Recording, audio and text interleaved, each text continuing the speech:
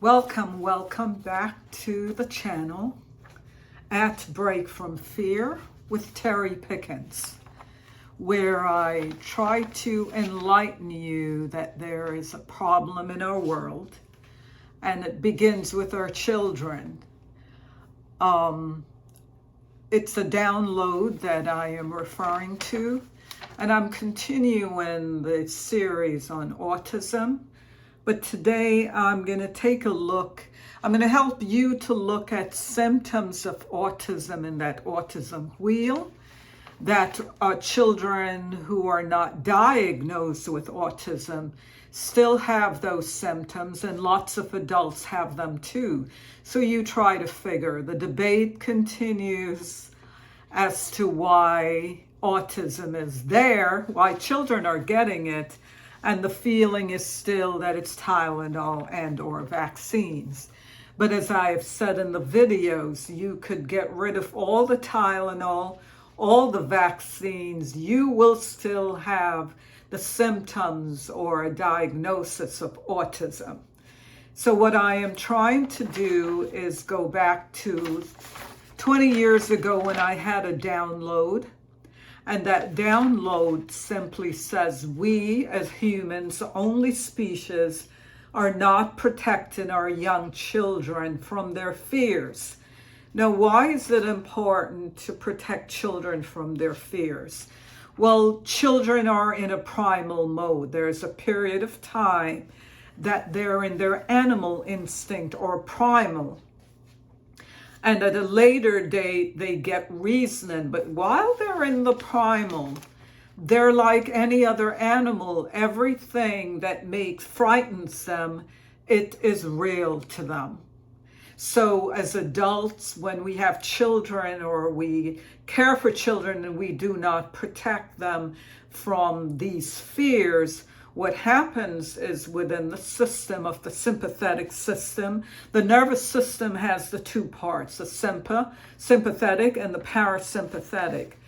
If they continue having the same experience over and over, that sympathetic system, the fight flight, where there's the amygdala, can just get on and stay on permanently. And so they begin to live in survival mode. We're not to live in survival mode. We're to live in the parasympathetic system where we have peace and reasoning. Irrational fears of children will lead them to survival mode, and survival mode creates a minefield.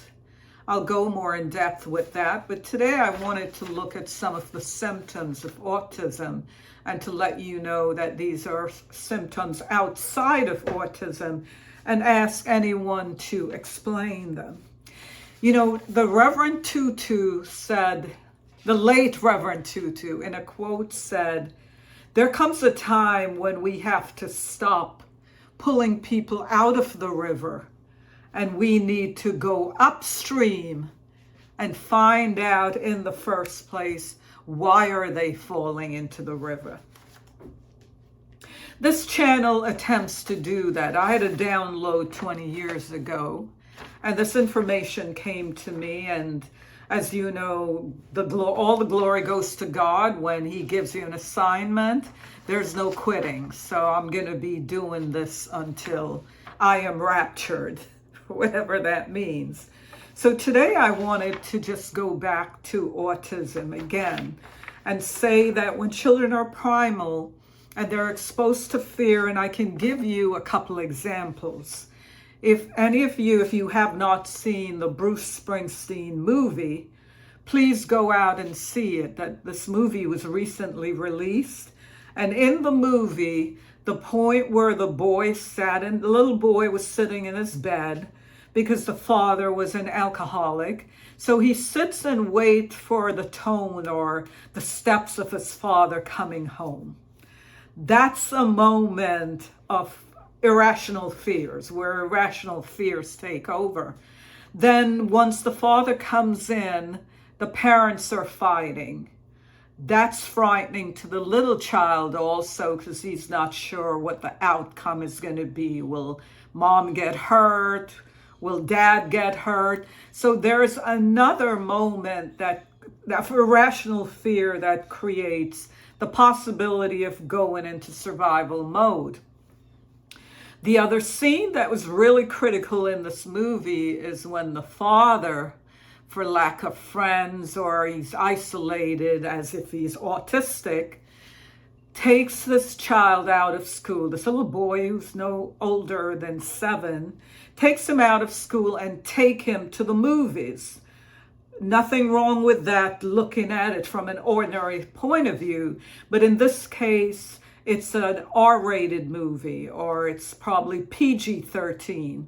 There are scary things in the movie, and in the child being in primal mode, everything that he experiences in the movie to his mind, that is real. And so if you go to that movie, those are some of the moments. There are a few others that you will become very intimate with how irrational fears create survival mode, the minefield creation. Once again, the minefield is an environment that you're in. So for Bruce Springsteen as a child, the parents fighting night after night, the movie, going to the movie with the horror scenes, that's his minefield. That's the first minefield that's created. I mean, later on, we'll talk about how we create our own minefield out of our fears. So, for example, I like to give you examples. For example, if you're living in the environment of someone's minefield, you may begin to you may not be a runner, but you begin to run. You're running away from that situation. Or you may be someone who loves to stay at home, but when you're in that environment, you simply just want to get in your car and go. You're avoiding the dangers of that minefield, and in doing that, you have created your own. So as promised, let's look at some of the symptoms of the autism wheel. OCD, ODD, ADD, ADHD, anxiety. The child may be gifted sensory integration issues. And I'm going to take maybe a handful today in this video, because I don't want it to be long. We can do it. We can complete it at another time. Let's take ADD, attention deficit disorder. Now, you all know that people who are not diagnosed with autistic can be ADD. So all that is we're all of us, you, me, the neighbors, we're all ADD, and all that means is because we're in survival mode. The brain, it's multitasking. It's you cooking the steak before you even go to the store. It's the busyness of our head. We see it in our profession where before we complete one thing, we start another. So yes, that is an autism, but that's also a regular symptom or diagnosis amongst other people who may not even be in therapy. The ADHD, that too can be autism, but that too is also the regular world where you add the engine to ADD. So ADD's in your head, no one can see it, but it's so busy that you can't think, you can't sleep. And the ADHD is when your body, the motor part of it goes in. Your body must move, it must be going to match the head. Not everybody has both. Pretty much most people have ADD, and the ADHD is the rarer version of that. Let's take depression. Or even anxiety. The disease operates on a polar line. So a polar line would be two extremes. So on one line, you would have depression, and this speaks to being diagnosed bipolar or mood instability. On one end, there is depression. On the other far end, the bipolar, or the person who's jumping out of a plane or shopping with money they do not have. And pretty much all symptoms that we're looking at occur on a polar line. And so you're thinking, what's the significance of that? Well, every polar line, you have to move to the center, which is called balance.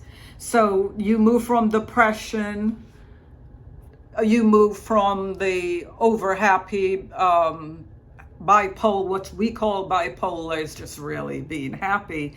And you go to balance, and once you're at balance, your mood is stabilized. The ADHD, same thing, ADD. We could talk about solutions at a later date that will come. This video is just to help you understand that autism is really not unique.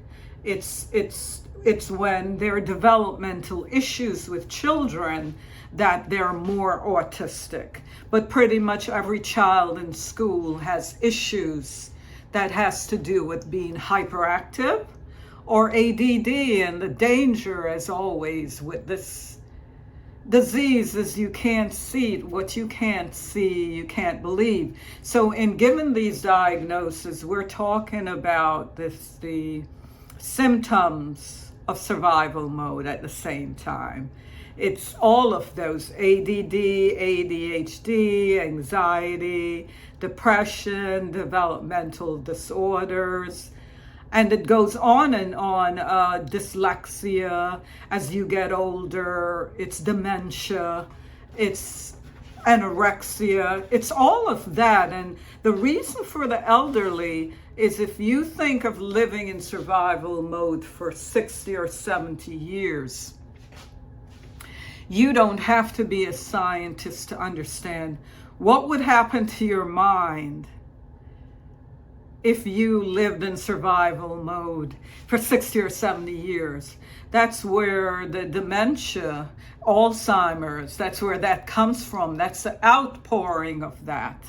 And so we'll look at, I'm going to stop on some of these right now, but I just wanted to demonstrate that these are also regular diagnoses of the average person. It's not just autism.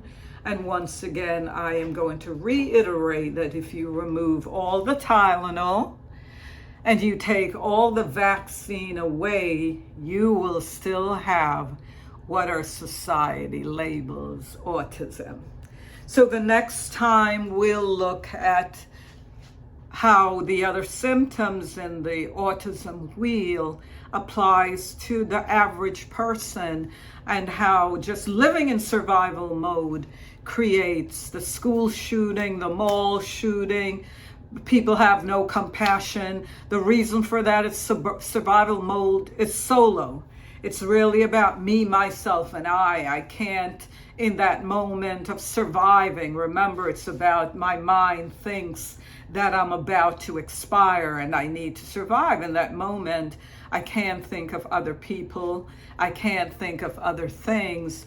The focus always has to be on me. And also, when you're in the parasympathetic, where we should be, you cooperate as human beings. We're the same energy and we cooperate with each other. But when you're in the survival or the sympathetic, there is competition. And when there is competition, think about what happens. I am not cooperating with you because I have to win. Compassion is gone down the drain.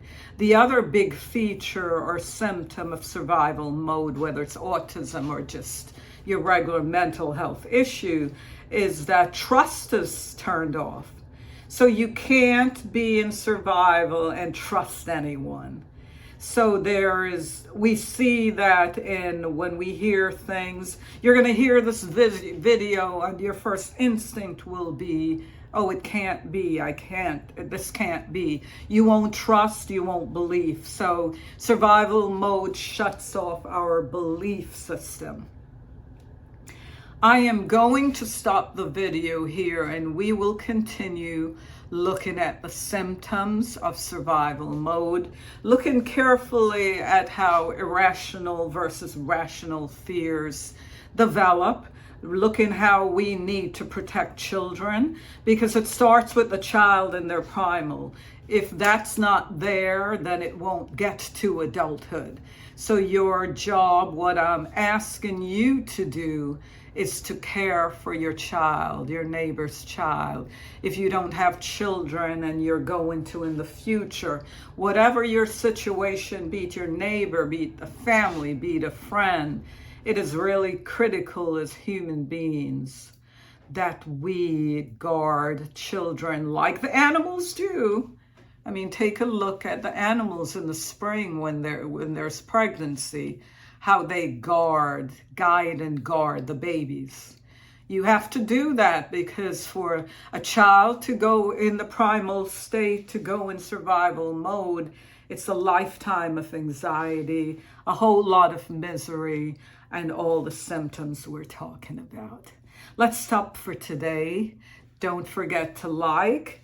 Don't forget to communicate your thoughts on the subject, and subscribe to the channel so I can give you more information on this really critical issue. Take care.